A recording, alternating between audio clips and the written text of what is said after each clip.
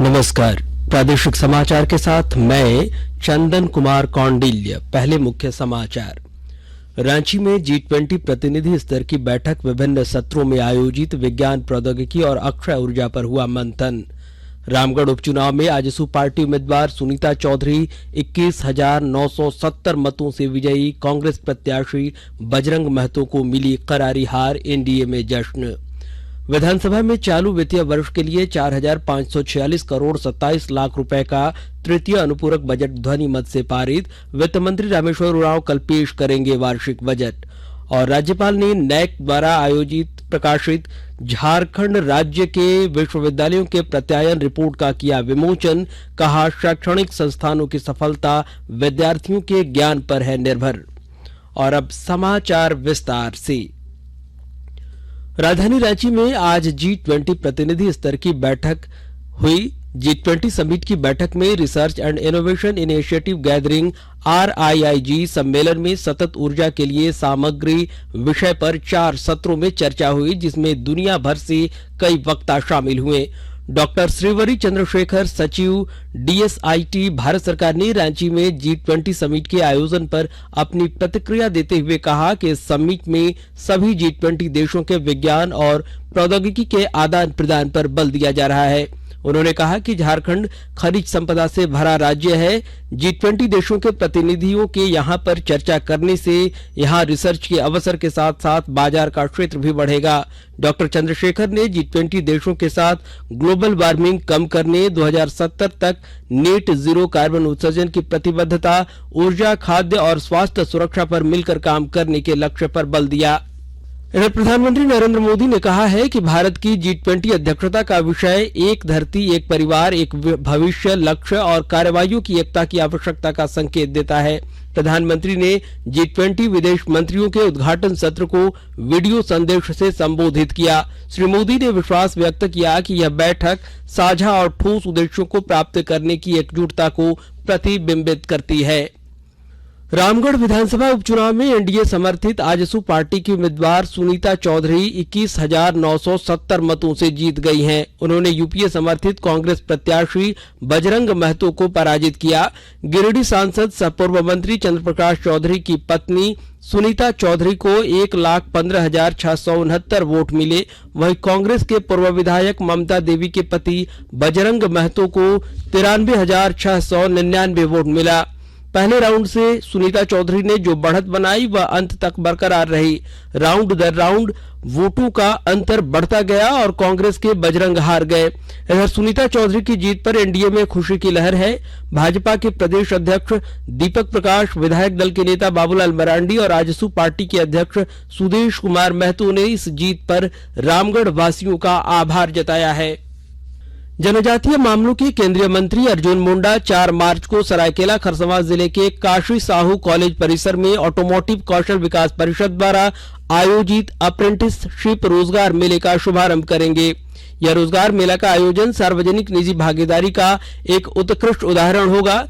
इस mega job fair में अग्रणी ऑटोमोटिव कंपनियों के भाग लेने की संभावना है, जो जनजातीय युवाओं को 2 पहिया एवं 4 पहिया वाहनों के लिए प्रशिक्षित तकनीशियन बनाने के उद्देश्य से नौकरी के अवसर प्रदान करेंगी। रोजगार मेले में आसपास के इलाकों से हजारों जनजातीय अभ्यर्थियों के शामिल होने की उम्मीद है। और आकाशवाणी के ताजा तरीन समाचारों के लिए आप हमारी वेबसाइट newsonair.com पर लॉग इन कर सकते हैं। ताजा समाचार Twitter handle @AIR news alerts और Facebook page All India Radio News पर भी उपलब्ध है। आप प्रादेशिक समाचार एकांश के ट्विटर हैंडल @AIR news_रांची और फेसबुक, इंस्टाग्राम पेज और YouTube channel AIR news Ranchi पर भी हमारे बुलेटिन सुन सकते हैं।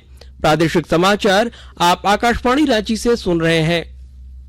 झारखंड विधानसभा के चौथे दिन आज चालू वित्तीय वर्ष के लिए 4,546 करोड़ 27 लाख रुपए का तृतीय अनुपूरक बजट ध्वनि मत से पारित हो गया।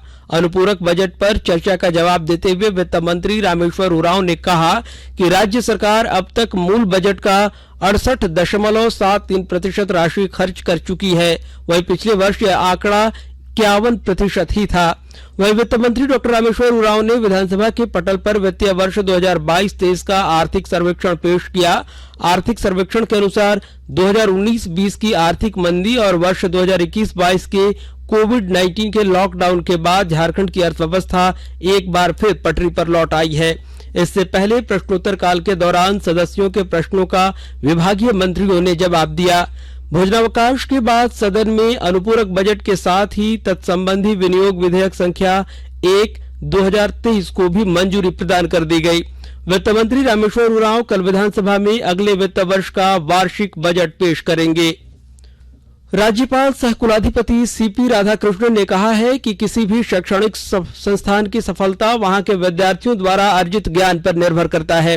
विद्यार्थी अधिक से अधिक ज्ञान प्राप्त करने के पश्चात ही प्रतियोगिता के इस युग में उत्कृष्टता और सफलता प्राप्त कर सकते हैं। इसके लिए विश्वविद्यालयों में अध्ययन, अध्यापन, रिसर्च एवं इनोवेशन का बेहतर वातावरण विकसित करने पर बल देना होगा। राज्यपाल आज राजभवन में नैक द्वारा प्रकाशित झारखंड राज्य के विश्वविद्यालयों के प्रत्यायन रिपोर्ट का विमोचन अवसर पर बोल रहे थे। राज्यपाल ने कहा कि विश्वविद्यालयों द्वारा विद्यार्थियों को ज्ञान अर्जित करने हेतु सदैव प्रेरित किया जाना चाहिए। विश्वविद्यालय विद्यार्थियों को हर हाल में गुणात्मक शिक्षा उपलब्ध कराए। उन्होंने कहा कि किसी भी विश्वविद्यालय की सफलता उसके भवनों से नहीं बल्कि उनके प्रतिभावान विद्यार्थियों से होती है। इस मौके पर राज्यपाल के प्रधान सचिव डॉक्टर नितिन कुलकर्णी, उच्च एवं तकनीकी शिक्षा सचिव राहुल कुमार पुरवार, नैक टीम के सदस्य तथा राज्य सरकार द्वारा संचालित विश्वविद्यालयों और निजी विश्वविद्यालयों के कुलपति भी उपस्थित थे। मरीजों को अस्पताल तक लाने के लिए विधायक सरयू राय ने सदर अस्पताल को बाइक, एम्बुलेंस और ई रिक्शा उपलब्ध कराया था, जिनका अब तक इस्तेमाल नहीं किया जा सका है, जिससे वे बेकार हो गए हैं। विस्तृत ब्यौरे के साथ हमारे संवाददाता। गलियों एवं सुदूर इलाकों से मरीजों को अस्पताल तक लाने के लिए विधायक सरयू राय ने 2019 में 3 बाइक, एम्बुलेंस एवं 2 ई रिक्शा स्वास्थ्य विभाग को प्रदान किया था। विभाग को मिले बाइक, एम्बुलेंस एवं ई रिक्शा सदर अस्पताल, जिला सर्विलेंस विभाग एवं वैक्सीन सेंटर में खड़े खड़े बेकार हो रहे हैं।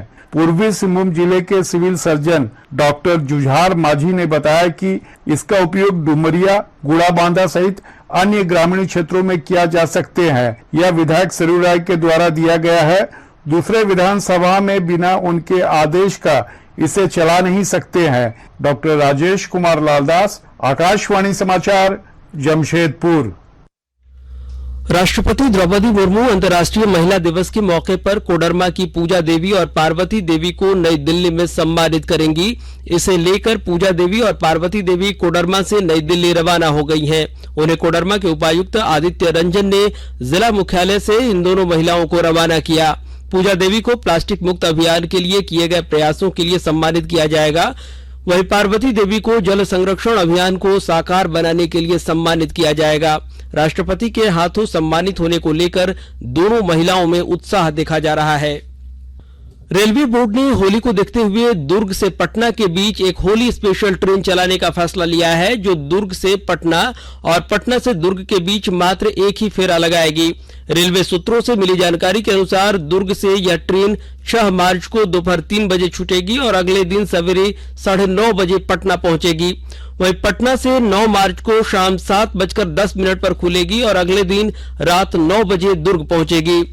इधर railway Ranchi Balrampur via Gorakhpur Holi special train चलाएगा। रांची बलरामपुर रांची होली स्पेशल रांची से 6 मार्च को चलेगी, जबकि यह ट्रेन बलरामपुर से 8 मार्च को चलाई जाएगी।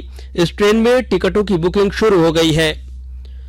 भ्रष्टाचार निरोधक ब्यूरो की पलामू इकाई ने गढ़वा जिले के हरदाग कला पंचायत की मुखिया प्रमिला देवी और उसके पति ब्रजलाल विश्वकर्मा को 25,000 रुपए रिश्वत लेते रंगे हाथ गिरफ्तार कर लिया है।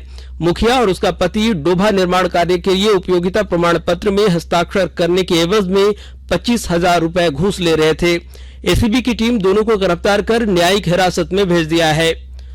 विश्व बैंक की एक टीम ने आज लोहरदगा शहरी जलापूर्ति योजना का स्थल निरीक्षण किया। इस मौके पर टीम ने लोहरदगा के बाघा पुल के पास कोयल नदी का अवलोकन किया और इस योजना को शुरू करने की सहमति दी। योजना के तहत यहां वीयर का निर्माण किया जाएगा, जहां सालों भर पानी उपलब्ध रहेगा। शहरी जलापूर्ति योजना के लिए 4 टावर बनाए जाएंगे और पूरे शहर में पाइप बिछाकर जलापूर्ति की जाएगी। और अंत में मुख्य समाचार एक बार फिर। रांची में G20 प्रतिनिधि स्तर की बैठक, विभिन्न सत्रों में आयोजित विज्ञान प्रौद्योगिकी और अक्षय ऊर्जा पर हुआ मंथन। रामगढ़ उपचुनाव में आजसू पार्टी उम्मीदवार सुनीता चौधरी 21,970 मतों से विजयी। कांग्रेस प्रत्याशी बजरंग महतो को मिली करारी हार, एनडीए में जश्न।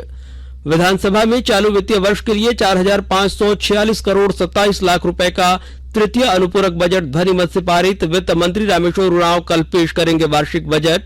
और राज्यपाल ने नैक द्वारा प्रकाशित झारखंड राज्य के विश्वविद्यालय के प्रत्यायन रिपोर्ट का किया विमोचन। कहा, शैक्षणिक संस्थानों की सफलता विद्यार्थियों के ज्ञान पर है निर्भर। और इसके साथ ही आकाशवाणी रांची से प्रादेशिक समाचार का यह बुलेटिन समाप्त हुआ। नमस्कार।